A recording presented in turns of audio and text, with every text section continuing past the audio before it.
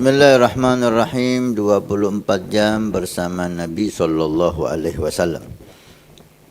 Adab yang keempat, adab Nabi yang keempat yang sangat penting untuk kita perhatikan adalah adabul wudu.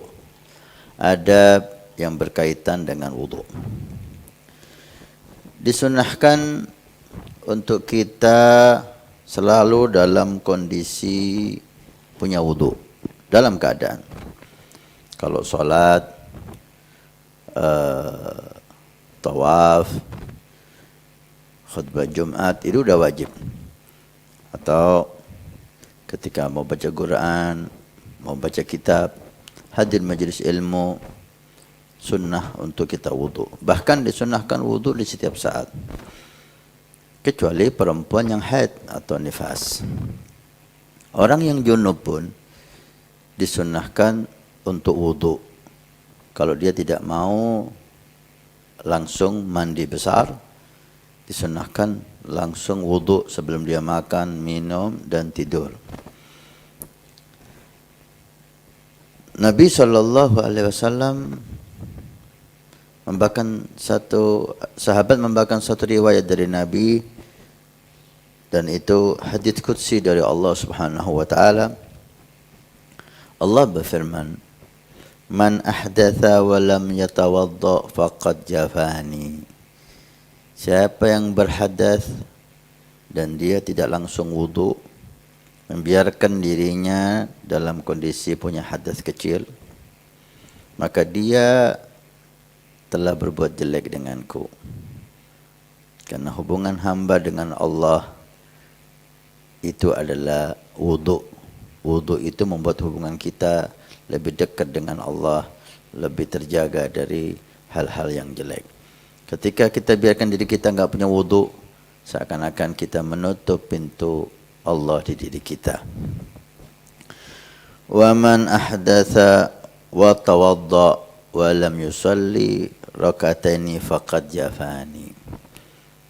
Bahkan Allah mengatakan, siapa setelah hadas dia wudu, udah bagus, tapi habis wudu dia tidak sholat 2 rakaat, sholat sunnah ba'dal wudu, maka dia juga telah berbuat jelek denganku. Kenapa enggak sholat? Kalau anda sholat, maka Allah akan memberikan banyak hal.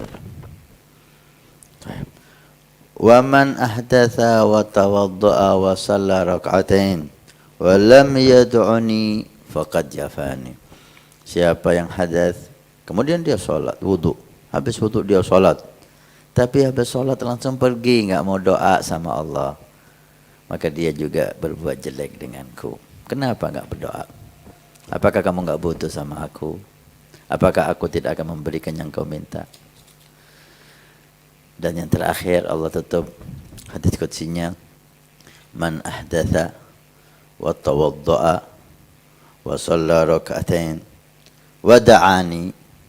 Siapa yang hadas kemudian dia langsung wudu, habis wudu dia salat 2 rakaat sunnah, kemudian dia berdoa kepadaku, walam astajib lahu, kemudian aku Allah telah memerintahkan dia semua itu sampai dia doa, aku tidak ngabulkan doanya, faqad jafautuh, maka aku telah berbuat jelek kepadanya.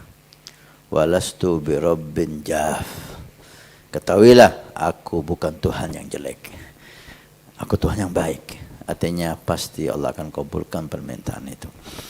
Betapa hebat fadilah daripada wudu setiap kita berhadas. Rasulullah SAW dalam hadis yang lain beliau bersabda, al-wudu silahul mu'min. Wudu itu adalah senjatanya orang mukmin. Senjata fungsinya untuk membela diri dari musuh.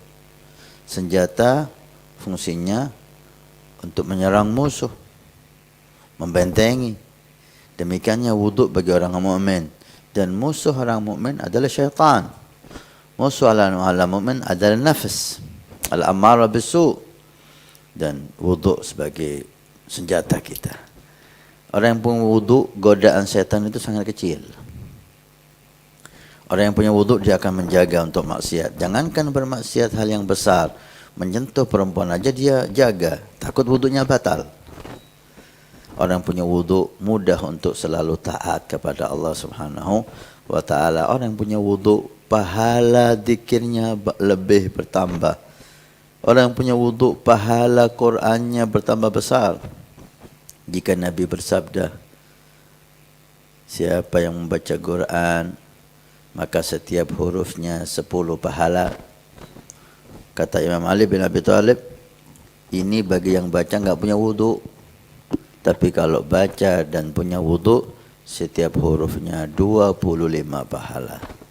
Alif Lam Mim 3 huruf, 75 pahala. Alif 25, Lam 25, Mim 25, 75 pahala. Hanya Alif Lam Mim. Belum Bismillahirrahmanirrahim, belum suratul Fatihah dan seterusnya.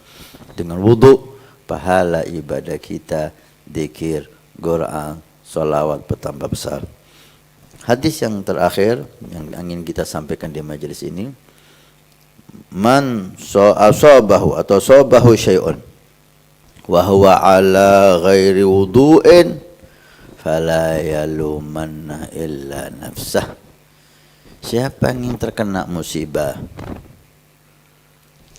dan ketika musibah itu mendatanginya dia di dalam keadaan enggak punya wudu, dia dalam keadaan hadas, maka kata Nabi SAW, jangan salahkan kecuali dirimu sendiri. Kamu tidak membentengi dirimu dengan wudu, maka musibah bisa mengena kamu. Artinya orang yang selalu dalam wudu insya Allah aman dari musibah. Inilah salah satu makna dari Nabi tadi, wudu adalah pedangnya orang mukmin. Dengan wudu kita menjaga tetap punya wudu, selamat dari syaitan, selamat dari musibah dan banyak manfaat-manfaatnya. Mudah-mudahan ini menjadi tambahan semangat kita untuk mentauladani Nabi sallallahu alaihi wasallam di dalam selalu punya wudu. Setiap hadas kita wudu. Alhamdulillah rabbil alamin. Alhamdulillah wa syukurillah.